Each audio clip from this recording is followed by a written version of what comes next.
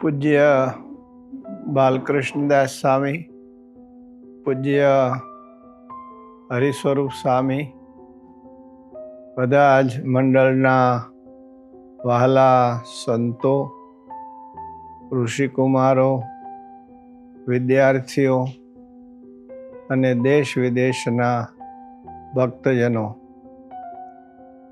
હવે આપને જાણ થઈ ચૂકી છે કે મારે બાયપાસ સર્જરીને લીધે તમને હમણાં મળી શકાય એમ નથી. પણ એક તો બાલસ્વામીનું વાત્સલ્ય લાજવાબ છે. હરિસ્વરૂપ સ્વામીનું ભજન અમને હૂંફ આપે છે અને સંપ્રદાયના તમામ સંતો, નાના મોટા બધા સંતોએ અમારા માટે ખૂબ આશીર્વાદ વરસાવ્યા છે. અને વિશેષ કરીને હજાર હજાર માવતરથી પણ શ્રેષ્ઠ વાત્સલ્ય વરસાવનાર પૂજ્યપાદ આચાર્ય મહારાજ શ્રી, એનો પ્રેમ તો આ સાધુ ઉપર અનરાધાર વરસ્યો છે. ઘણીવાર થાય કે હું આને પાત્ર બની રહું. એમાં પણ મહારાજશ્રીએ ખૂબ અમારી ચિંતા કરી. સાથે સાથે અમારા વડીલ ગુરુબંધુ દેવકૃષ્ણદાસ સ્વામી, અમે વર્ષો સુધી ગુરુદેવની સેવામાં રહ્યા અને એમણે હંમેશા એક છત્ર પૂરું પાડ્યું. એ પણ અમારી એટલી ચિંતા કરે. જ્ઞાન સ્વામી અને અમે તો કથાની જોડ કહેવાય. ઘણીવાર એવું લાગે કે દેહ જુદા છે પણ દિલ એક છે. પૂજ્ય ધર્મવલ્લભ સ્વામી કેટલી ચિંતા કરે. એકદમ પ્રતિભા સંપન્ન સંત. જ્યારથી આ થયું ત્યારથી મળવા માટે આતુર છે.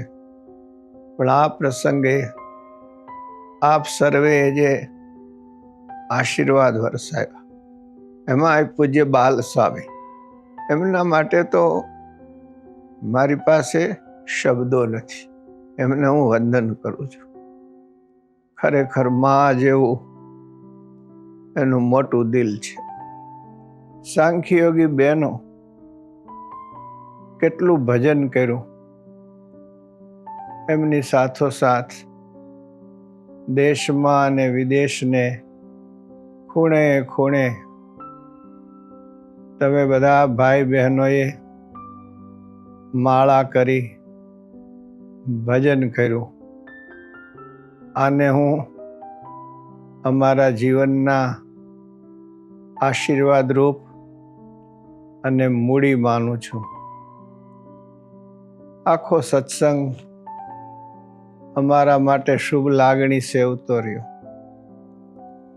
એ જ રીતે ભારત વર્ષના શ્રેષ્ઠ સંન્યાસીઓ કોઈ રૂબરૂ મળ્યા, કોઈના ફોન આવ્યા, બધાએ આશીર્વાદ વરસાવ્યા.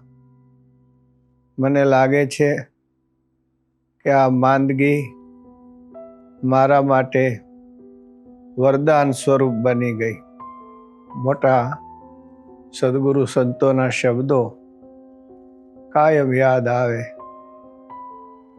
ઘોડું માંદું છે, અસવાર આનંદમાં છે. બસ આ જાગૃતિ જળવાઈ રહે.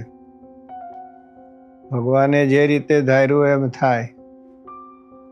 પણ જે કંઈ શેષ જીવન હોય, વ્યશેમહી દેવહિતમ યદાયુઃ. ભારતના ઋષિ કે છે વેદમાં કે જિંદગીની હર પળ દેવને માટે જીવીએ.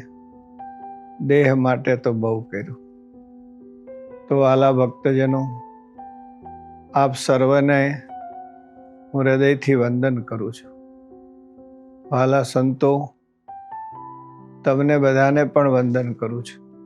મને થયું કે હમણાં તમને મળી શકાતું નથી, તો આ ડિજિટલ માધ્યમથી તમારા બધાની સાથે જય સ્વામિનારાયણ કરું. પૂજ્ય સંતો સર્વે રાજી રહેજો. આપ બધાને ખૂબ હેતથી જય સ્વામિનારાયણ.